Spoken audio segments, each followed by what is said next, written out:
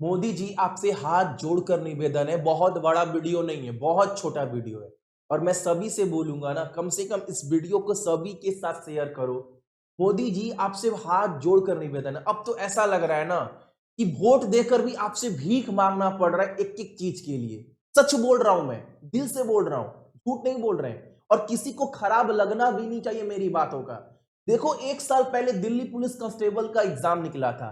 बहुत सारे स्टूडेंट उत्साहित थे कि चलो इसका तैयारी करते हैं। एक साल हो गया, अब पता चलता है वो फॉर्म को कैंसिल कर दिया गया। छात्र का एक एक साल बर्बाद जा रहा है, आप समझ रहे हैं। और वो बर्बाद सिर्फ छात्र का नहीं जा रहा है, जो घर में बैठे बूढ़े माँ बाप है ना, उनके सपनों पर भी पानी फिर रहा है। और आपको बहुत उम्मीद से सर प्रधानमंत्री हम लोग बनाए ताकि आप लोग हमारी बात सुनेंगे।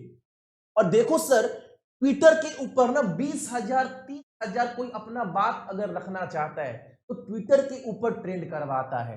आपने देखा होगा, 20,000 30,000 जो ट्रेंड करता है ट्वीट, वो ट्रेंड करने लगता है। छात्र सर 20-20 लाख 30-30 लाख ट्रेंड करवा रहे हैं, समझ रहे हैं, इतने भारी मात्रा में। और आप मन की बात जो करते हैं, छात्र की बात नहीं करते हैं।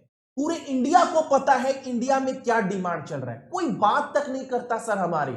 यानी हम लोग कुत्ता के, मतलब क्या बोलूं सर, कुत्ता के बराबर भी नहीं रहेगा, कोई पूछ ही नहीं रहा है। सर आपको बहुत, आपसे उम्मीद है सर। आपके इतना प्यार किसी प्रधानमंत्री को नहीं दिया गया सर। एक बार कम से कम आप हमारी बात करें। एक एग्जाम के पीछे 4-4 साल 5-5 साल छात्र बर्बाद कर देते हैं।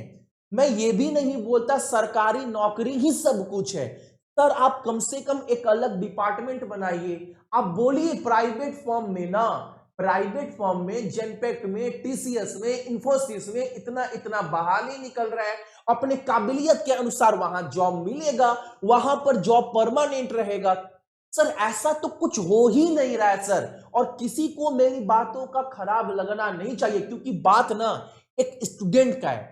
और सिर्फ स्टूडेंट का नहीं है, उनके घर परिवार का है सर। अब ना सर घर में ना एक छात्र ना सर पूरा घुटन की तरह जी रहा है। आप ये बात क्यों नहीं समझ रहे हैं सर। वो अगर जॉब तैयारी कर रहा है 3-4 साल 5 साल से एक ही एग्जाम के पीछे, और पता चलता है वो एग्जाम भी फेयर नहीं हो रहा है, उसमें भी धांधलीबाजी हो रहा है, तो सबसे ज्यादा प्रेशर उस बूढ़े माँ बाप के ऊपर आ रहा है। और छात्र को भी खराब लग रहा है कि हराम की घर में बैठकर खा रहे इतने दिन से, इतने पढ़े लिखे होने के बाद भी।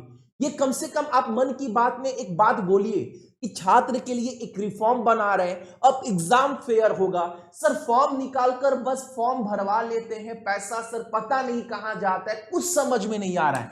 आपसे सर बहुत उम्मीद है स्टूडेंट को।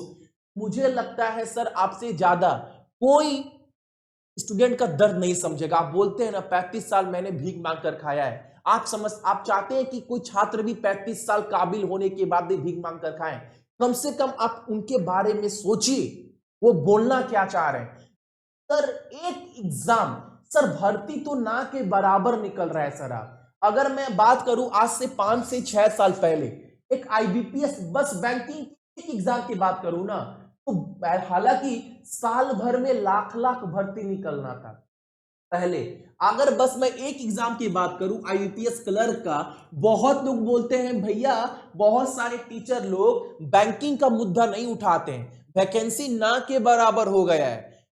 ऐसा नहीं है, सभी डिपार्टमेंट में ही ये हो रहा है। अब देखो आईबीपीएस क्लर्क में जहां 5 से 6 साल पहले हर साल 30,000 35,000 भर्ती निकलता था, अब मुश्किल से 2,000 भर्ती निकल रहा है। मैं ये भी नहीं बोल रहा हूं कि भर्ती बढ़ाइए, लेकिन जितना है उतना तो कम से कम रहने दीजिए और उतने को फेयर से करवाइए, ताकि काबिल स्टूडेंट चुन कर जाए, अब उनका मेहनत खराब ना जाए। सर मैं गलत नहीं बोल रहा हूं, आपसे क्यों बोल रहा हूं, आपसे हाथ क्यों जोड़ रहा हूं, क्योंकि आपसे ही उम्मीद है हमको, क्योंकि आपके इतना प्यार किसी को नहीं दिया गया है। आपके इतना अच्छे तरीके से, आप इतना अच्छे तरीके से बात बोलते हैं सर। सुनो, भीख लग रहा है ना सर, भीख भीख मांग रहे हैं। आज के डेट में ऐसा फील हो रहा है।